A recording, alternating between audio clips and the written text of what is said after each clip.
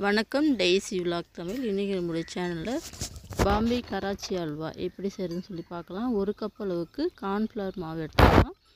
1 கப்புக்கு 2 கப் அளவுக்கு தண்ணி விட்டுட்டு கட்டி இல்லாமல் விஸ்கு வச்சு கரைச்சிக்கலாம்.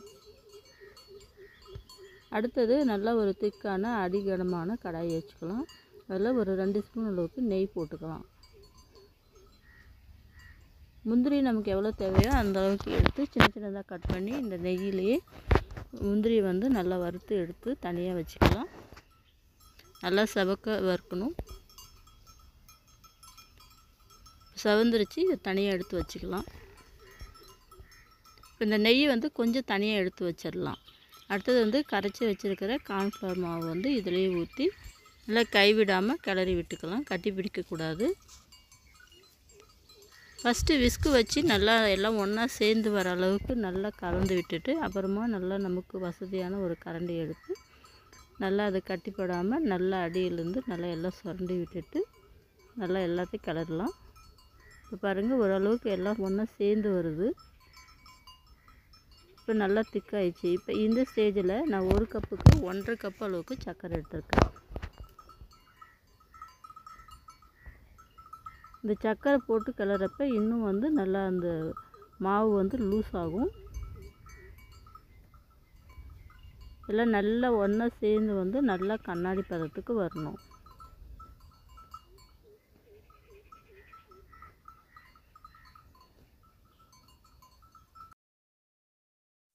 நல்லா கைவிடாமல் மாவு எல்லாம் நல்லா ஒன்றா சேர்ந்து நல்லா கண்ணாடி பதத்துக்கு நல்லா பாருங்கள், சாஃப்டாக வந்துருச்சு.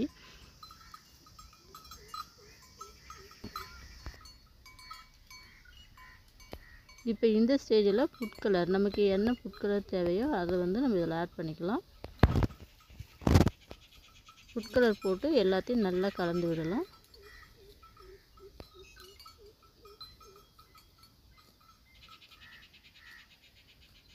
இப்போ கொஞ்சம் கொஞ்சமாக நெய் விட்டுட்டு நல்லா அது கிளறணும்.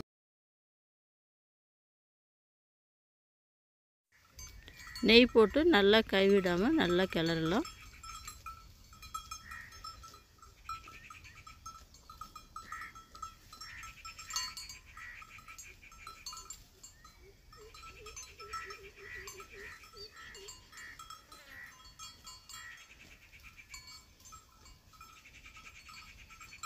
இப்போ பாருங்கள், நல்லா கிளறிட்டு இன்னும் கொஞ்சம் ஒரு கரண்டி அளவுக்கு நெய் போட்டுக்கலாம்.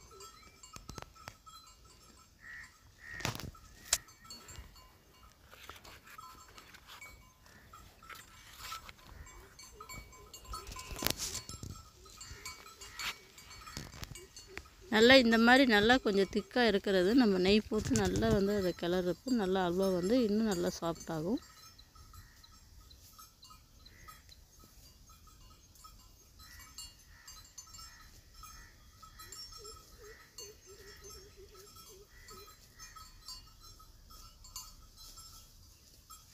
நல்லா கொல கொலன்னு வந்துச்சு. இப்போ வறுத்து வச்சுருக்கிற முந்திரி இதிலே சேர்த்துக்கலாம். முந்திரி போட்டு நல்லா கைவிடாமல் நல்லா கிளறிக்கலாம். கொஞ்சமாக ஏலக்காய் பொடி கூட விருப்பப்பட்டால் சேர்த்துக்கலாம்.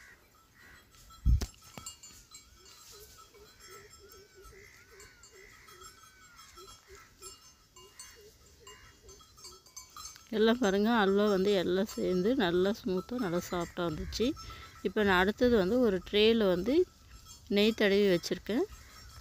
நல்லா கடாயில் ஒட்டாமல் வரணும். அப்படி உருண்டு வந்துருச்சுன்னா அல்வா ரெடி.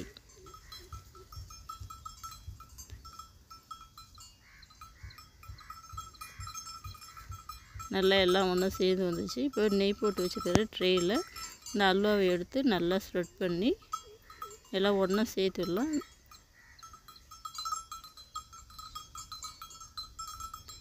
இப்போ மேலே கொஞ்சமாக முந்திரி இதில் கார்னிஷ் பண்ணிக்கலாம்.